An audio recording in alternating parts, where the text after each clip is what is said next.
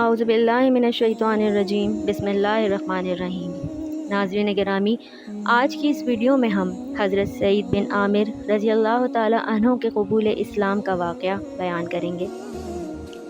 یہ اس دن کی بات ہے جب مکہ میں عجیب و غریب کیفیت تھی۔ مکہ کے مرد و زن چھوٹے بڑے ایک خاص مقام پر جمع ہو رہے تھے۔ وہ آج اس منظر کو اپنی آنکھوں سے نہایت ہی قریب سے اور اگلی صفوں میں دیکھنا چاہتے تھے۔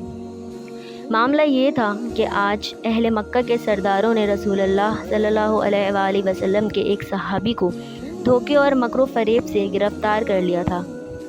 سرداران قریش اس صحابی رسول اللہ صلی اللہ علیہ وآلہ وسلم کو تڑپا تڑپا کر مارنا چاہتے تھے۔ اہل مکہ کو دعوت عام تھی کہ وہ رسول اللہ صلی اللہ علیہ وآلہ وسلم کے وفادار کی شہادت کا منظر اپنی آنکھوں سے دیکھیں۔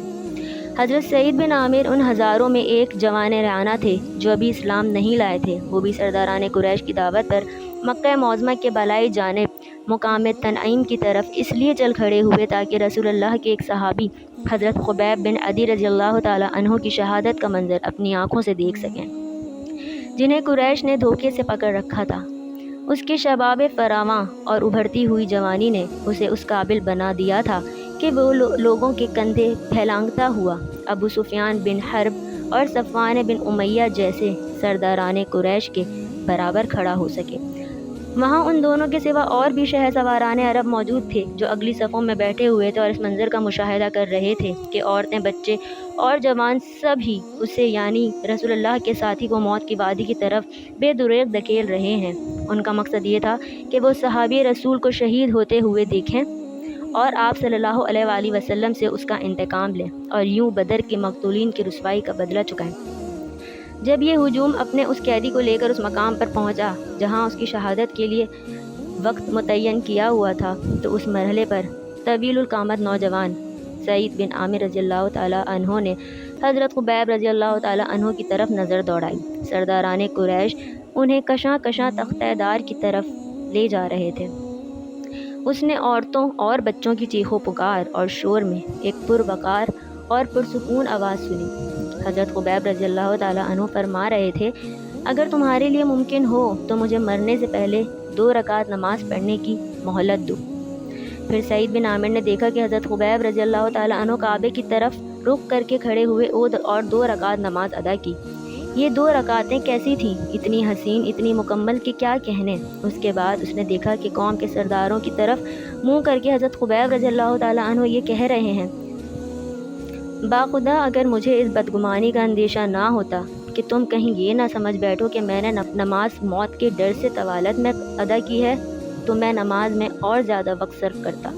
پھر اس نے سناواد قریش کو اپنی آنکھوں سے دیکھا کہ وہ حضرت خبیب رضی اللہ تعالی عنہ کا زندہ حالت میں مسئلہ کر رہے ہیں، یعنی یہ لوگ ان کے جسم کا ایک ایک عضو یکے بعد دیگرے کاٹ رہے ہیں اور کہہ رہے ہیں، کیا تمہیں یہ پسند نہیں کہ تمہاری جگہ محمد صلی اللہ علیہ وآلہ وسلم ہو اور تم اس تکلیف سے بچ جاؤ؟ ان کا اس حالت میں خون ایسے بہہ رہا تھا کہ خون کے فوارے نکل رہے تھے۔ جواب یہ تھا کہ اللہ کی قسم مجھے قطعاً پسند نہیں کہ میں اپنے اہل و عیال میں امن سے رہوں اور حضرت محمد صلی اللہ علیہ وآلہ وسلم کو ایک بھی کانٹا چبھے۔ پھر جناب سعید بن عامر نے دیکھا کہ لوگ فضا میں ہاتھ ہلا ہلا کر بلند آواز میں کہہ رہے ہیں، اسے مار ڈالو، اسے مار ڈالو۔ اس کے بعد انہوں نے حضرت خبیب رضی اللہ تعالی عنہ کو دیکھا کہ وہ تختہ دار پر اپنی نظریں آسمان کی طرف اٹھائے ہوئے اللہ سے التجا کر رہے ہیں، الہی ان سب ظالموں کو شمار کر لے اور انہیں تباہی کا مزہ چکھا اور ان میں سے کسی کو معاف نہ کرنا۔ یہ کہہ کر انہوں نے زندگی کی آخری سانس لی۔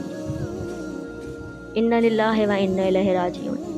یہ وہ لمحہ تھا جب ان کا جسم تلوار اور نیزوں کی ضربات سے چور ہو چکا تھا اور اتنے زخم کھا چکا تھا کہ جن کا شمار نہیں کیا جا سکتا۔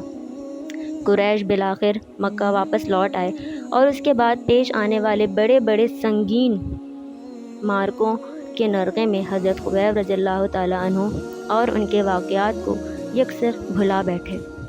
لیکن اس نوجوان سعید بن عامر رضی اللہ تعالی عنہ کے پردہ دل سے ایک لمحے کے لیے بھی حضرت خبیب رضی اللہ تعالی عنہ کی شہادت کا منظر نہ ہٹا۔ چنانچہ جب بھی وہ سوتے خواب میں یہ منظر برابر دکھائی دیتا اور بیدار ہوتے تو چشم خیال میں یوں محسوس ہوتا جیسے کہ تختہ دار کے آگے حضرت خبیب رضی اللہ تعالی عنہ پورے اطمینان کے ساتھ 2 رکعت نماز ادا کر رہے ہیں۔ یہی نہیں بلکہ ان کی پردرد آواز جیسے ان کے کانوں میں گونج رہی ہے اور وہ قریش کے خلاف بد دعا میں مصروف ہیں، اور اس خیال سے ان کا کلیجہ دہل جاتا ہے کہ کہیں آسمان کا کڑکنا ان کو نہ آلے یا آسمان سے پتھر گر کر ان کو تباہ نہ کر دیں۔ حضرت خبیب رضی اللہ تعالی عنہ کی جام شہادت نوش کر کے جناب سعید بن عامر کو وہ کچھ سکھا گئے جس کا انہیں پہلے قطعی علم نہ تھا۔ انہیں سکھایا کہ حقیقی زندگی اللہ اور اس کے رسول اللہ صلی اللہ علیہ وآلہ وسلم سے وفاداری کا نام ہے۔